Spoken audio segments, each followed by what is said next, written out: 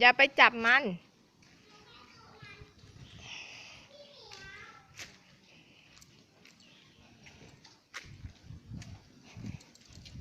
อย่าไปจับมันลูกเอาเนี่ยเราเอาอาหารมาไว้ตรงนี้สินี่เนี่ยไปเอาอาหารมามาเทไว้ตรงเนี้ย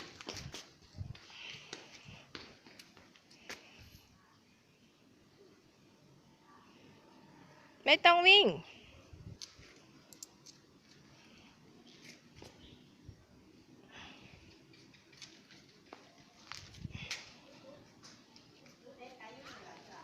ไม่ต้องวิ่งเนี่ยตรงนี้ที่เขาให้อาหารแมวเทไปเลยไม่ต้องให้มันเยอะเดี๋ยวเราเวลาว่างค่อยเอามาเทตรงเนี้ยนะโอเคไหมไปกลับบ้าน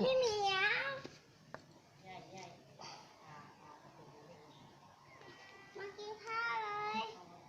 มากินข้าวมาก็ต้องจับข้าวไว้ให้แล้วพี่เหมียวพี่เหมียวเนื้อหามาให้แล้วออกมากินแล้วออกมากินแล้วมาแล้วมันมาแล้วกิน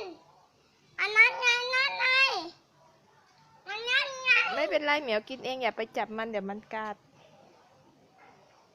เหมียวอืมเหมียว